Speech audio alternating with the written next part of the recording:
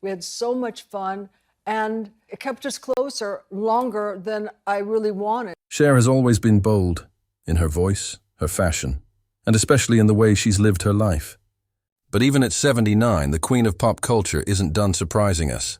Over decades of groundbreaking music, unforgettable performances, and an unapologetically fearless lifestyle, Cher has remained an enigma, adored, admired, and desired.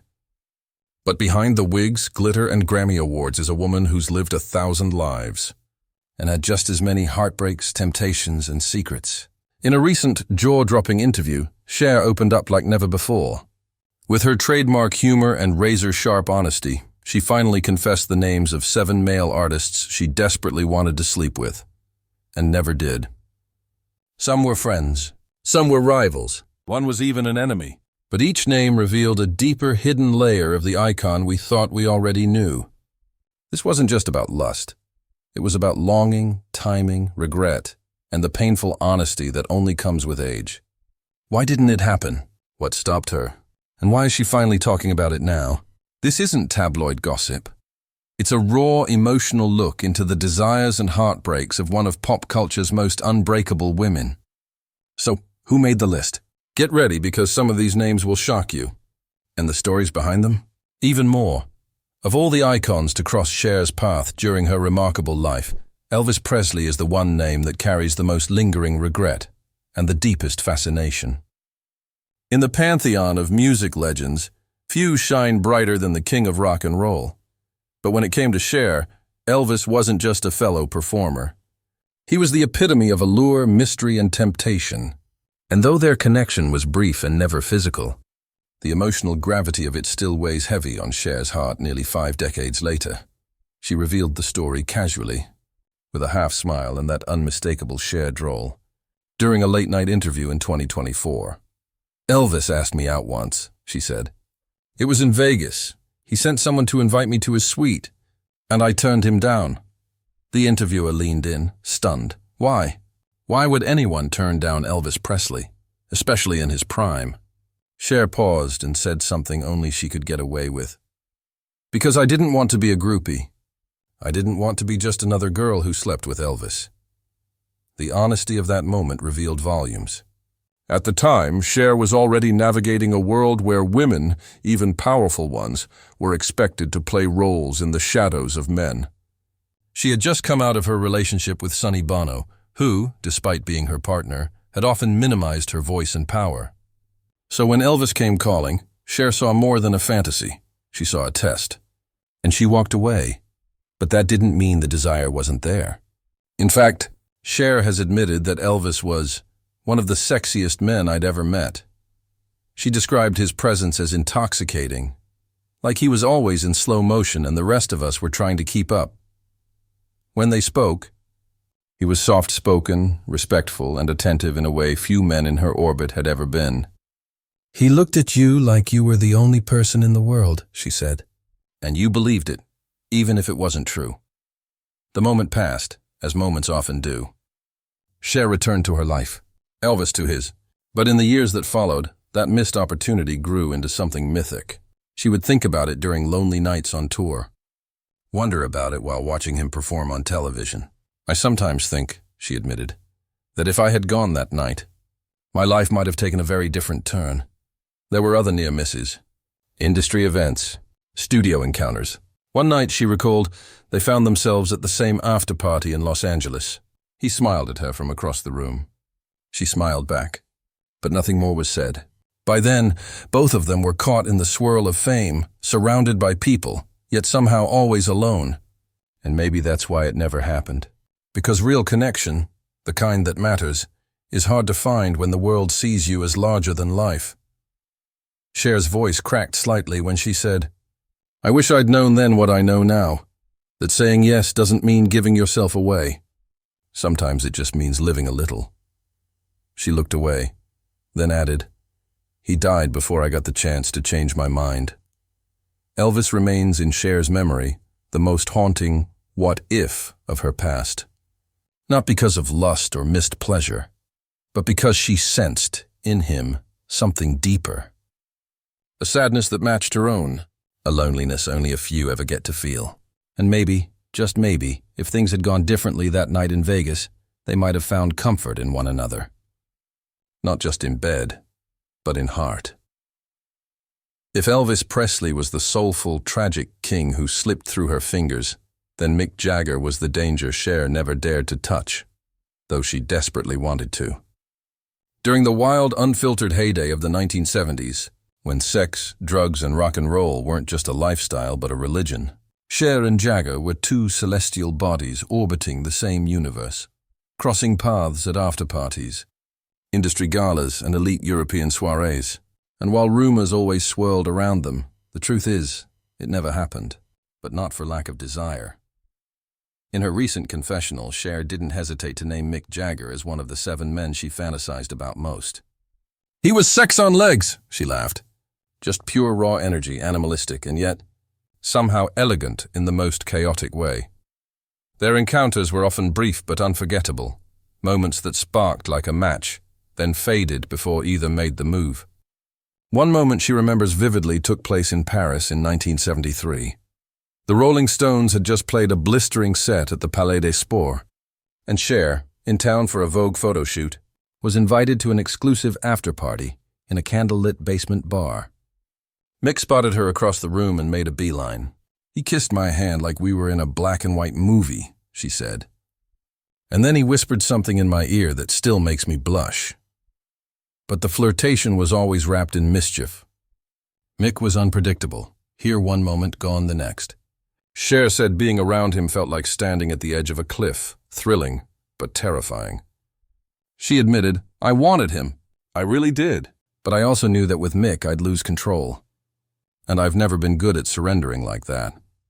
Despite all her confidence, Cher always held tightly to her autonomy. She'd been burned before, manipulated, underestimated, and defined by men she outshined. With Mick, she feared she'd be consumed. "Women disappeared into his shadow," she said. "I worked too damn hard to be seen to let that happen." Still, it didn't stop the chemistry. She recalled a night in New York where they ended up alone on a balcony overlooking Central Park. "We talked for hours. He told me about his childhood, the pressure of fame. It was the only time I saw him soft. As dawn crept in, he leaned in to kiss her, but she turned away. Not because she didn't want to, but because she didn't trust herself. And so, the moment passed, like so many in Cher's life. But what makes this revelation so deeply human is not that Cher wanted to sleep with Mick Jagger, but that she chose not to. That she knew the difference between infatuation and fulfillment, between chemistry and chaos. "I think we were too similar," she reflected. "We both wanted to be the sun." And 2 suns in one room? That's a supernova. Cher's inclusion of Mick Jagger on her fantasy list isn't a scandal. It's a testament to the inner war between longing and wisdom, between the fire of youth and the restraint of self-preservation. It's easy to fall for a rock star, harder to walk away when you know the price. "Sometimes," she whispered, "the men you don't sleep with end up haunting you more than the ones you do." And Jagger, according to Cher, he still sends her the occasional message, always cryptic, always charming. "He calls me the one who escaped," she smiled. "But we both know I didn't escape him. I just chose to remember him untamed." While Elvis Presley was the king of rock and Mick Jagger the wild prince of rebellion, Marvin Gaye was something else entirely. He wasn't dangerous in the way others were. He was dangerously gentle. And for Cher, that made him all the more irresistible. When she spoke his name in that list of 7, she didn't laugh like she did with Mick, or sigh like she did with Elvis. Her voice softened. "Marvin," she said, "was the one who made me feel seen, even though nothing ever happened between us. But I wanted it to. Oh God, I wanted it to." Their connection began in the early 1970s, when both artists were rising icons, navigating a music industry still deeply divided by race and genre. They were often booked for the same variety shows, bumped into each other backstage at award ceremonies, and ran in overlapping social circles. At one of Diana Ross's legendary house parties in Beverly Hills, Cher and Marvin found themselves slow dancing in the middle of the living room. No cameras, no pressure, just 2 souls floating through a moment. "He smelled like warm honey in heaven," Cher said with a smile. "That night still lives in my skin." What separated Marvin from the others wasn't just his voice, that impossibly smooth, aching tenor that could melt even the hardest hearts. But the way he listened. He made you feel like your words mattered, Cher recalled. Even when you were rambling nonsense, he'd look at you like it was poetry. She admitted that she was emotionally drawn to him in a way that scared her. With most men, it was physical first. With Marvin, it was spiritual. But as with so many near misses in Cher's life, timing interfered. Marvin was often emotionally unavailable, caught in the throes of a turbulent personal life, struggling with depression, addiction, and the pressures of being a black artist in an industry that rarely gave him the credit he deserved. He was married, then divorced, always in love but never at peace. Cher, on the other hand, was battling her own demons, trying to emerge from Sonny Bono's shadow and establish herself as a solo force in a world that still didn't take women seriously without a man by their side. There was a sadness in Marvin, Cher said, like he was carrying the weight of the world, and no one ever offered to help him hold it. She confessed that she often thought about him, especially after his tragic death in 1984. He never got to grow old, never got to sing all the songs he was meant to, and I never got to tell him how much I really cared. Cher shared one memory that seemed to stick in her heart the most. One night in the mid-70s, they ended up sitting together on a hotel balcony in Miami after a music fundraiser. Marvin had just performed Let's Get It On, and Cher had done a duet with Tina Turner. They were both exhausted, but somehow they sat up talking for hours. He sang softly to her. Just a few lines of a melody, he said, reminded him of her. That night, she said, if he'd asked me to stay, I would have said yes. No questions, no hesitation, but he never did, and I never pushed. To this day, Cher says Marvin Gaye is the only man she fantasized about not just sleeping with, but loving, fully, openly, without fear. We would have been beautiful, she said quietly. And maybe we both knew that. But some people are just passing stars in your sky. They light you up, and then they vanish. If ever there was a man who could match Cher in glamour, mystery, and sheer artistic audacity, it was David Bowie. From the moment they first crossed paths, it was like two alien stars had collided, both dazzling, both fearless, both utterly singular. Cher didn't just admire Bowie, she was mesmerized by him. He wasn't like anyone else, she confessed. Not then, not now. He was a galaxy. Their relationship was never romantic in the traditional sense. They weren't lovers. They weren't even close friends. But they were kindred spirits, artists who never fit neatly into anyone's box. In interviews, Cher has often spoken about how Bowie made her feel uncomfortable in the best way possible. He challenged her, intellectually, emotionally, sexually. And though they never crossed that physical line, she wanted to, deeply. He was the one I fantasized about the most, she admitted, because I could never quite figure him out. And I think that made me want him more. Their chemistry lit up stages. In 1975, they performed a now iconic duet on The Cher Show, delivering an electrifying medley that left audiences stunned. The way they moved, the way they looked at each other, it was impossible to miss. Fans speculated for years whether something happened after the cameras stopped rolling. Cher finally put the rumors to rest. It didn't, but not because she didn't want it to. The night of the taping, Bowie invited her for a drink. They sat in her dressing room for hours, sipping wine and talking about everything: music, philosophy, gender, loneliness. He told her he admired her strength. She told him he terrified her. He smiled at me in that slow, sly Bowie way, she recalled, and said, "That's the point, darling."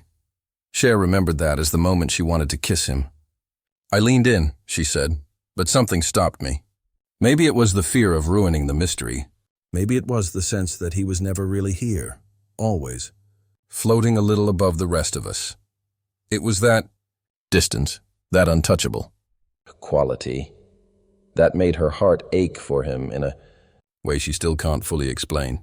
Later, they would run into each other at various events, always sharing a warm embrace, a cryptic exchange, a lingering glance, but nothing more. He was always with someone else. Or I was, she said. And I think deep down, we both liked the fantasy better than the reality. Still, the pull was undeniable. When Bowie died in 2016, Cher admitted she mourned him more deeply than she expected. He was part of my imagination, she said. The part that still believed in magic and art and beauty that couldn't be explained. In the end, Bowie became a symbol for Cher, of what art could be, of what sexuality could be, of what freedom felt like. She didn't just want to sleep with him. She wanted to merge with him, creatively, emotionally, spiritually. He wasn't just a man, she said. He was a living question mark. And I loved that. What makes her confession about Bowie so poignant isn't the longing itself, but the restraint. The realization that some connections are meant to haunt you, not hold you. That sometimes wanting someone is more powerful than having them. I think he knew, Cher said softly. I think he knew exactly what he was doing to me. And I let him.